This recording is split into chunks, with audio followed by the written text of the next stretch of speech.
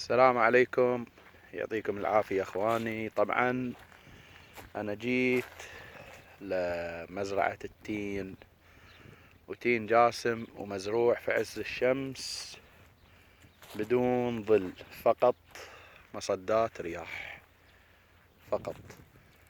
طبعا هذا انا صورته شهر 7 في عز الحر، وجيت اليوم اصوره لان كان ذاك اليوم في تحدي ان التين جاسم ما يعيش على أشعة الشمس المباشرة.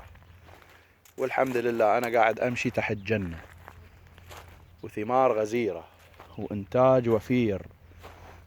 الحين هذا طبعا اللي تشوفوه كله عمره يعني من 8 شهور إلى 9 شهور، بعدها أشجار صغيرة. ولكن كيف الثمار،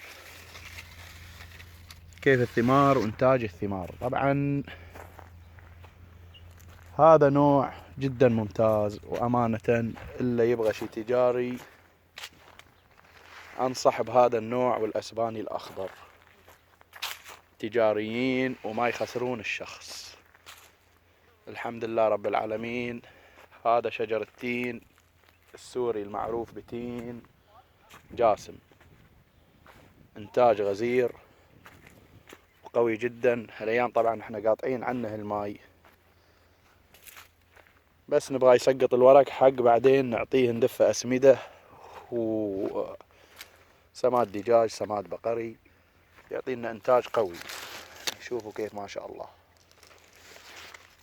ثمار واشجار قوية جدا.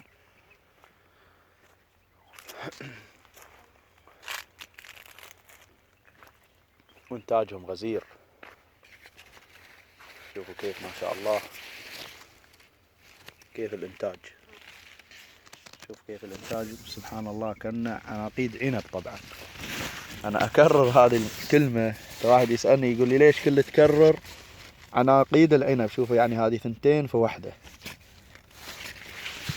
قلت فعلا لانه يشبه اسلوبي، يشبه ثمار العنب بالضبط. يعني كيف الانتاج غزير جدا، ما شاء الله تبارك الرحمن. طبعا هذا اللي قلت لكم من قبل صورناه، وتاريخ التصوير كان 13/7 في عز الحر، وجيت وقت الظهرية اذكر حتى انا احترقت. طبعا هذه الاشجار، حلاوة الاشجار. انا طبعا جاي مقصدي ان هذه شجرة التين متحملة بقوة بعد. بس انت داريها من الاسمدة الصح، والرش المبيد المنتظم، والري المنتظم بعد. الري المنتظم هو اللي له دور ويحدد الشجرة تعيش او لا. اذا انت ما حافظ على الشجرة ما راح تستفيد في شيء. شوفوا كيف ما شاء الله، ما راح تستفيد بشيء إذا أنت ما اعتنيت بالشجرة، ما غسلتها، ما رشيت مبيد حشري عناكبي.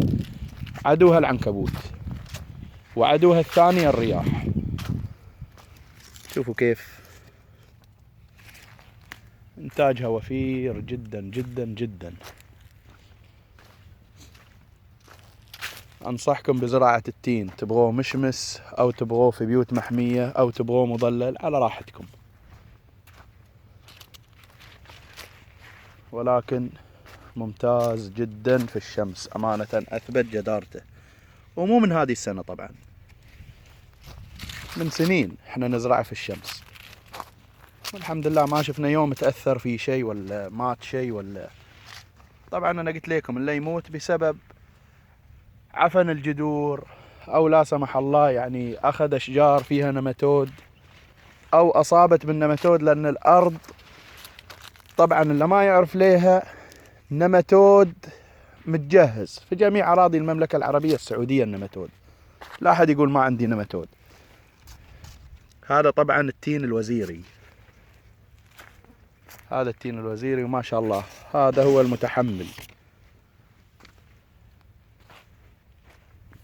ما شاء الله.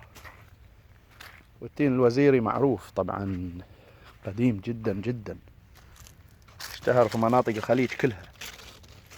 ولكن جاء بعد جو ناس سموا نوع باسم التين الوزيري، هو مو تين وزيري. فحافظوا على شجر التين من النماتود. النماتود سببه كثرة الري والأرض تصير خرسة. يعني معنى خرسة يعني الماي فيها غزير، يعني تحفر نص متر طلع لك الماي.